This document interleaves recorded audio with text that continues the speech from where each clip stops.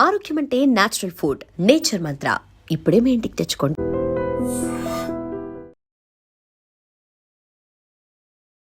Hi Ramana గారు. Hi madam.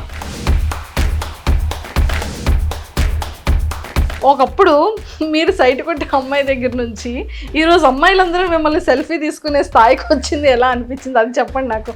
ఆ kick ఎలా? ఏ మగాడికైనా ఒక మంచి కిక్ వేస్తుంది, లైక్ 6 బీర్లు తాగేంత కిక్. మొత్తానికి లవ్ చేసిన అమ్మాయిని పెళ్లి చేసుకున్నారు. ఫోన్లో రికార్డ్ చేసుకొని మళ్ళీ సిస్టమ్ దగ్గరికి వెళ్ళి అసలు ఆ జర్నీ ఏంటి చెప్పండి. అంటే బిఫోర్ ఎలా ఉండేది? ఓపెన్ గా చెప్పాలనుకుంటే పల్సర్ బైక్ సాంగ్ 5 నుంచి 10 వరకు అయిపోయింది. సార్ మీకు ఎంత రెవెన్యూ వచ్చింది? అది టోటల్ గా చూసుకుంటే ఓపెన్ గా చెప్పాలనుకుంటే 40-50 లక్షలు దాటి వచ్చింది మేడం.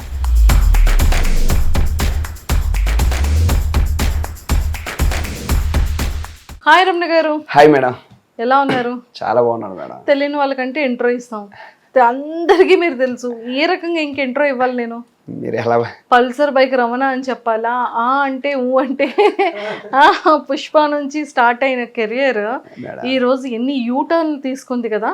చాలా. నాకు అన్నిట్లుగానే ఫస్ట్ మిమ్మల్ని అడగాల్సిన క్వశ్చన్ ఏంటో తెలుసా? చెప్పండి madam. Before Pushpa item song release కి బిఫోర్ రమణ ఏంటి, ఆఫ్టర్ రమణ లైఫ్ స్టైల్ ఏంటి? సో అంటే ఇంతకుముందు చాలా ఇంటర్వ్యూస్లో మనం చెప్పుకున్నాం, పక్క మారుమూల ప్రాంతం విలేజ్. సో 3 పూలు తినాలంటే చాలా కష్టంగా ఉండేది జీవితం అప్పుడు. సో ఇదే కళారంగంలో రాణిస్తుండగా అన్ని ఒడిదొడుకులు, లైక్ కొంతమందికి నేను చేసే ప్రోగ్రామ్స్ నచ్చకపోవడం, కొంతమంది ఏలం చేసి మాట్లాడడం, ఇవన్నీ జరిగింది. సో ఎప్పుడైతే ఆ పుష్ప సాంగ్ ప్యారడీ సాంగ్ పడిందో దాని తర్వాత నాకంటూ ఒక గుర్తింపు వచ్చింది. నేను ఒక కళాకారుడిగా 2 రాష్ట్రాల ప్రజలకు ఒక ఐడెంటిఫై అయ్యాను. అది అయిపోయిన తర్వాత పల్సర్ బైక్ అయితే ఎప్పుడైతే పడిందో టోటల్ చేంజ్ అయిపోయింది లైఫ్. టోటల్ ఒకప్పుడు రమణ అంటే పుష్ప రమణ కాస్త పల్సర్ బైక్ రమణ అయిపోయింది. దానికి పెద్ద ఎక్కువ మంత్స్ కూడా గ్యాప్ లేకుండా అయిపోయింది. అది దానివల్ల అందుకే Pulsar bike direct Pulsar bike వెళ్ళిపోయింది అనమాట. పల్సర్ బైక్ వెళ్ళిపోయింది, జమ్మన్ పల్సర్ బైక్ మీద వచ్చారు. అవునవును. కాకపోతే ఆ పల్సర్ బైక్ హిట్ అవడానికి మెయిన్ రీజన్ కూడా పుష్ప సాంగ్ ప్యారడీ. పుష్ప. అవునవును. సూపర్. అది ఇవన్నీ పక్కకు పెడితే పండగలకి నాకు తెలిసి ఆ టైంలో కూడా ప్రతి ఈవెంట్కి అమ్మాయిలందరూ సెల్ఫీలే. ఆ వీడియోస్ అన్నీ మీ ఇన్స్టాగ్రామ్లో పోస్ట్ చేయడం, ఆ యూట్యూబ్ షార్ట్స్లో చూడడం, ఫీమేల్ ఫాలోయింగ్ మొత్తానికి గట్టిగా సంపాదించారు. ఒకప్పుడు మీరు సైట్ కొట్టే అమ్మాయి దగ్గర నుంచి ఈరోజు అమ్మాయిలందరూ మిమ్మల్ని సెల్ఫీ తీసుకునే స్థాయికి వచ్చింది, ఎలా అనిపించింది అది చెప్పండి నాకు.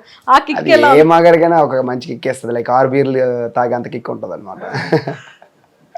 అంటే ఎవరైనా వయసులో ఉన్న అబ్బాయికి అలాంటి మూమెంట్ జరిగితే చాలా హ్యాపీ ఫీల్ అవుతారు.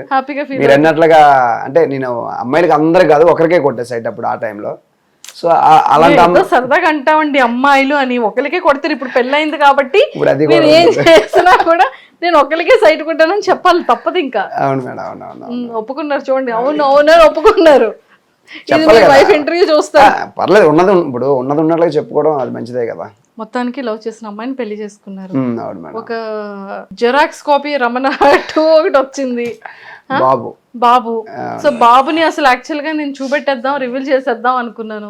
అంటే మీ రివీల్ వేరు, మా రివీల్ డిఫరెంట్ గా చేద్దామని ఎంత ఆశపడి వచ్చాం. సో కొన్ని కారణాల వల్ల వాళ్ళ అమ్మ వాళ్ళ ఇంటికి వెళ్ళారనమాట. అక్కడ గృహప్రవేశం ఉంటే అక్కడికి వెళ్ళారు. నాకు వేరే వర్క్స్ ఉండడం వల్ల వెళ్ళలేకపోయాను.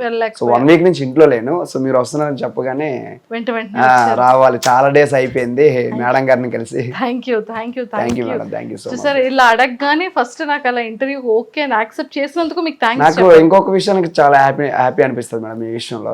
వైజాగ్ ఇటు వస్తే మ్యాక్సిమం నేను గుర్తు వస్తాను మీకు. పక్కా రమణ కాల్ చేయాలి, లైక్ ఇంటర్వ్యూ పరంగా పక్కన పెట్టినా సో ఎలా ఉన్నవన్నీ కూడా అడుగుతారు అనమాట, ఒక ఫ్యామిలీ మెంబర్ లాగా.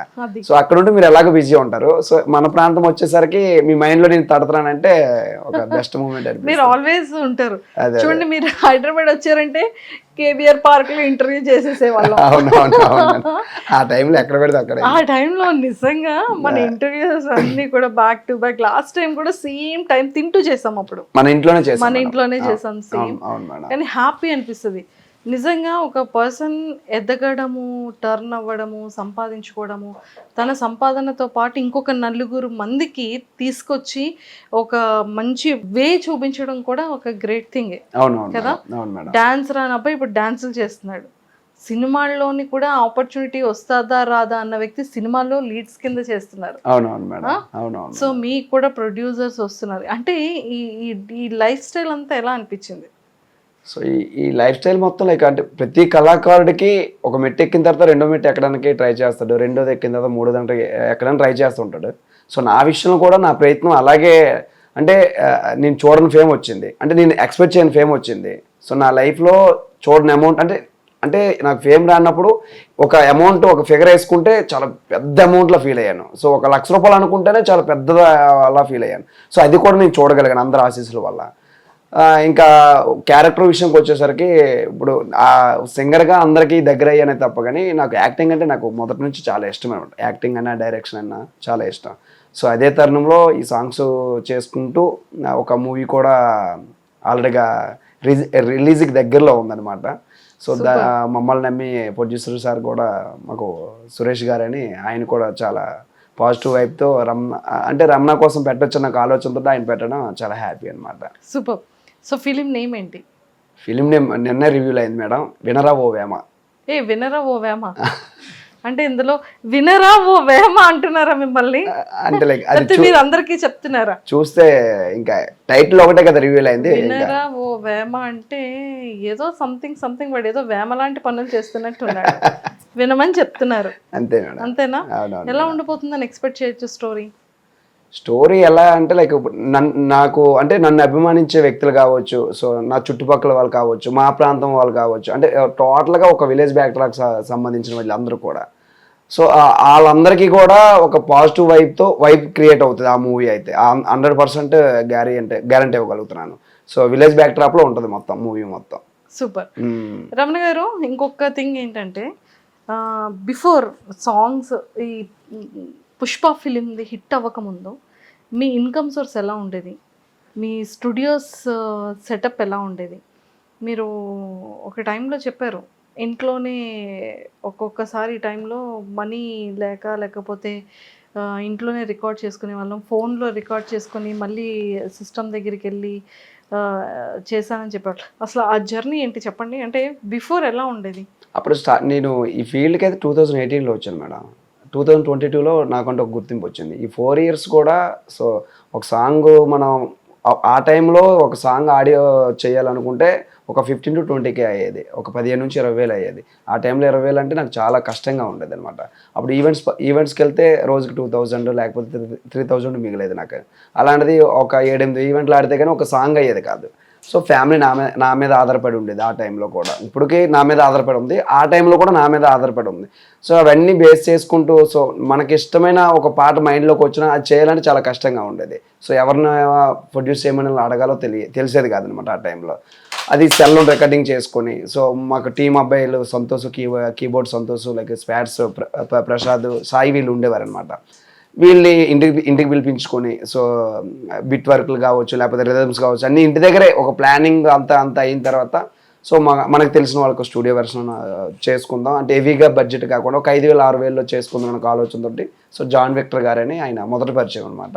సో ఇప్పుడు ఆయన ఎంత తీసుకుంటున్నారు పక్కన పెడితే ఆ టైంలో నాకు 5,000కి ఒక సాంగ్ చేసేసేవారు అనమాట.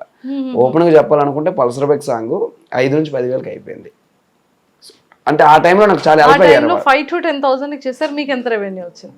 అది టోటల్గా చూసుకుంటే ఓపెన్గా చెప్పాలనుకుంటే 40-50 lakhs దాటి వచ్చింది మేడం, ఒక్క పల్సర్ బైక్ సాంగ్ వల్ల. ఒక్క పల్సర్ బైక్ సాంగ్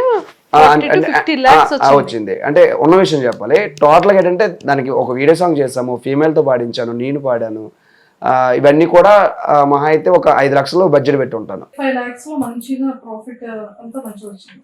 ఒక 5 lakhs బడ్జెట్ టోటల్ బడ్జెట్. అప్పుడు అంటే బిఫోర్ మీరు షూట్స్ అంటే పల్సర్ బైక్ బిఫోర్ గా మీరు చేసేటప్పుడు స్టూడియోస్ కి రెంట్ పే చేసుకోవాలి, దగ్గర ఒక ఎక్విప్మెంట్ ఉండేది కాదు, అప్పుడు ఎలా చేసేవాళ్ళు?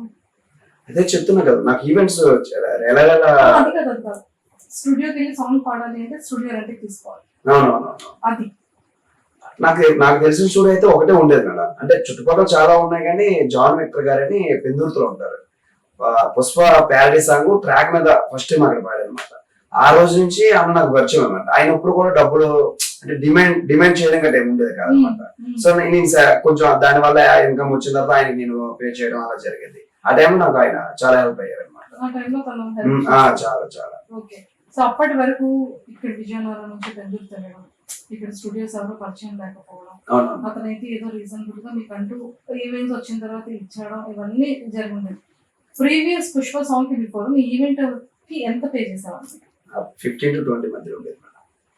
15,000 నుంచి 16,000, 10 మంది టీమ్ మాది, 10 మెంబర్స్. మీరు 10 మెంబర్స్ వెళ్తే 15,000 అలా 15 నుంచి 20, 25 ఆ మధ్యలో ఉంటుంది. అంటే కొంచెం డిస్టెన్స్ అయితే 25, కొంచెం మాకు లోకల్లో ఉంటే 20 అలా ఉండేది మేడం. అప్పుడు 15 to 20 అలా ఉండేది. ఏదైనా 20,000 బడ్జెట్, 20,000 10 మెంబర్స్ 10 మెంబర్స్ అంటే ఈచ్ పర్సన్ కి 2,000. అంటే లైక్ ఒక్కొక్కరికి ఒక్కొక్క బడ్జెట్ ఉంటుంది మేడం. అందులో అందరికి ట్రావెలింగ్ ఖర్చులన్నీ పోక నాకు 2-3,000 మిగిలేదు మేడం. లీడ్ చేసేవాడిని లీడ్ చేసేవాళ్ళు కాబట్టి 2,000-3,000 మిగిలేదు మేడం. ఇప్పుడు పల్సర్ బైక్ రమణ ఈవెంట్ ఎంత చార్జ్ చేస్తున్నారు? సో ఆ ఫేమ్ వచ్చే టైంలో పల్సర్ బైక్ సాంగ్ ఎప్పుడైతే శ్రీదేవి రామ కంపెనీలో పడి చాలా వైరల్ అయిందో, ఆ టైంలో అదే టీము, ఇంకా టీం కూడా మారలేదు మేడం అంతవరకు కూడా. నేను స్టార్టింగ్ అయితే 2018లో ఏ టీం అయితే లీడ్ చేశాను, ఇప్పుడు వరకు ఒక 5 మెంబర్స్ కంటిన్యూ ఉన్నారు. ఆ టైం పల్సర్ బైక్ ఎప్పుడైతే హైలైట్ అయిందో అదే 20,000కి వెళ్ళిన రమణ టీము 1,00,000 దాటిపోయింది మేడం. హైస్ట్ ఒకసారి అయితే 2,60,000కి వెళ్ళాం ఒక రోజు ఈవెంట్ కి. వన్ డే ఈవెంట్ కి 2,60,000. యావరేజ్ గా వెళ్ళింది ఏంటంటే 1 to 1.5 lakh మధ్యలో వెళ్ళాము. సో మా మిస్సెస్ కి ఆడవాళ్ళకి సంబంధించినవి అవి కొన్ని సేవింగ్స్ పెట్టుకున్నాము. బాబు గారి కోసం ఇప్పుడు చూస్తున్నాం అనమాట సేవింగ్స్ కోసం. ఒక ఇంటి మాట అయిపోయాడు. సో మీ లవ్ స్టోరీ ఎలా స్టార్ట్ అయింది రమణ గారు? విజయనగరంలో తను ఇక్కడ ఉండేది మేడం, ఇక్కడ చదువుకునేది. ఒకసారి లైవ్ లో కలిసాం అనమాట. ఆ టైంలో ఇన్స్టాగ్రామ్ లైవ్ కాదు లైవ్ లో డైరెక్ట్ గా లైవ్ లో కలిసాము. ఆ టైంలో నాన్నకి హెల్త్ ఇష్యూ అనమాట. మేము 4 మెంబర్స్, అన్నయ్య, అక్క, నేను, చెల్లి అనమాట. 3 మెంబర్స్ కి మ్యారేజ్ అయిపోయింది, నాకు ఒక్కరికే పెండింగ్ ఉంది. నాన్నకి అప్పటికి 2 years నుంచి హెల్త్ బాగాలేదు. 2 years నుంచి నన్ను ఫోర్స్ చేస్తున్నాను మ్యారేజ్ చేసుకో. ఆ టైంలో మ్యారేజ్ చేసుకోని ఇంటికాడ నుంచి చాలా ఫోర్స్ ఉంది. అలాంటి టైంలో ఎవరో అన్నోన్ పర్సన్ ఎదురుగా కూర్చొని నచ్చిందా, బాగుందా అలా అనుకునే దానికంటే ముందు ఎవరైనా మనకి ఒక అమ్మాయిని పరిచయం చేసుకొని, సో ఒకరినొకరు అర్థం చేసుకొని అలా మ్యారేజ్ చేసుకుంటే బాగుంటుంది అనే ఆలోచనతో ఫ్రెండ్లీగా మూవ్ అయ్యాయి కొన్ని రోజులు. సో అలాగే ఒక 6 months ట్రావెల్ అయిన తర్వాత మ్యారేజ్ చేసుకోవాలి అనేసి ఒకరికొకరు అనుకున్నాం అనమాట. ఫస్ట్ ఎవరు ప్రపోజ్ చేశారు? తనే కాదు. అంటే నాకు ఉండడానికి రీజన్ ఏంటంటే మ్యారేజ్ అని ఫోర్స్ ఎక్కువ అవుతుంది. అప్పటికి ఒకరికొకరు బాగా అర్థం చేసుకున్నాము. సో ఇలాంటి అమ్మాయి అయితే సో నా ఫీల్డ్ కి ఇబ్బంది ఉండదని ఒక కాన్ఫిడెన్స్ కలిగింది అనమాట. సో అమ్మాయిని చేసుకుంటే బాగుంటది, ప్రాజెక్ట్ విషయంలో కావచ్చు అన్నింటిలో అర్థం చేసుకుంటది నాకు నమ్మకం కలిగింది. సో ఇద్దరం అనుకొని మూవ్ అయ్యారు అనమాట. సో వాళ్ళ ఇంట్లో అంటే లైక్ లవ్ అని తెలియకుండా అరేంజ్ మ్యారేజ్ కింద అడిగించారు. ఆడపిల్ల కదా తెలిస్తే వాళ్ళు బాధపడతారనే ఇంటెన్షన్ తోటి అడిగించాము. వాళ్ళు ఎలా ఫీల్ అయ్యారంటే అది ఎన్ని రోజులు ఉంటో తెలియదు కదా ఈ ఫేము, సో ఇవ్వాలంటే కొంచెం కష్టం అనేటట్లుగా వాళ్ళ దర్శనం వాళ్ళు మాట్లాడారు అనమాట. అప్పటికి అమ్మాయి ఫీక్స్ లో వెళ్ళిపోయింది. నేను కొంచెం డ్రాప్ అవ్వాలని ఇంటెన్షన్ ఉన్నా సరే ఈ అమ్మాయి మాత్రం పిచ్చి ఫీక్స్ లో వెళ్ళిపోయింది అనమాట. ఆ టైంలో ఏం చేయలేము అర్థం కాక ఇంకా ఉన్న విషయం చెప్పేస్తాం వాళ్ళకి, ఇలా ఇద్దరమే ఇష్టపడ్డాము, ఇలా మ్యారేజ్ చేసుకోవాలనుకుంటున్నాము, సో ఇలా బయటకు వెళ్ళిపోయి చేసుకోవాలనుకుంటే చేసేసుకోవచ్చు, చాలా జరుగుతున్నాయి.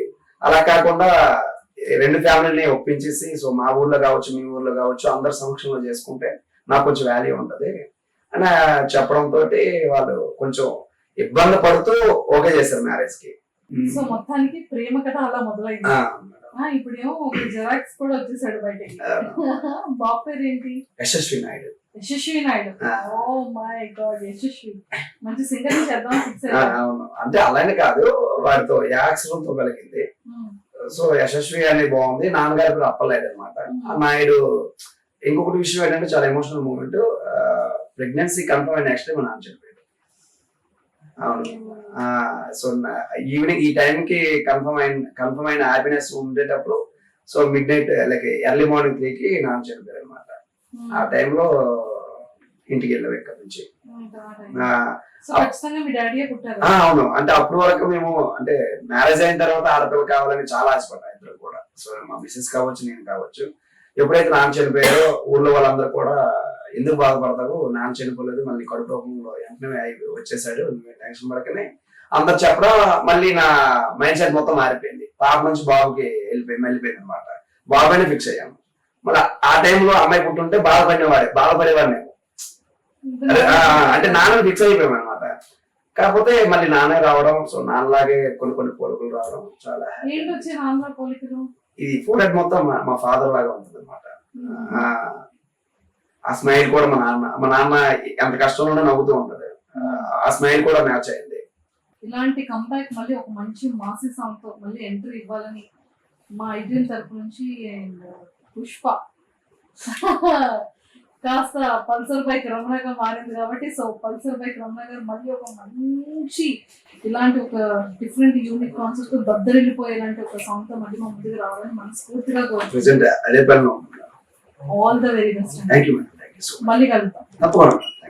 Bye.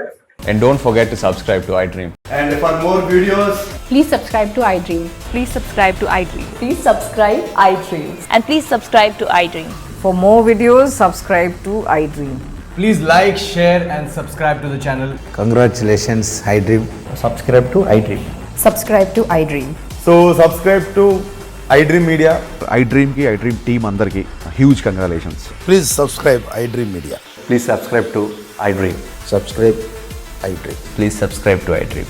iDream అంటే నా కళల ఛానల్ను సబ్స్క్రైబ్ చేసుకున్న నోరు తిరుగుతలేదు, మీరైతే గంట గుర్తు కొట్టండి. For more such videos, please subscribe to iDream.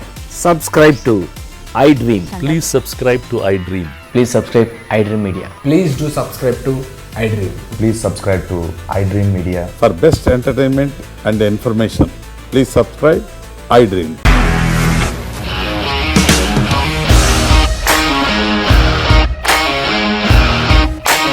ఇండస్ట్రీలో కమిట్మెంట్ ఇష్యూస్ వస్తే నీకు కూడా వచ్చినట్టు మార్నింగ్ తీసుకెళ్ళారంటే కొట్టి పడేస్తారు.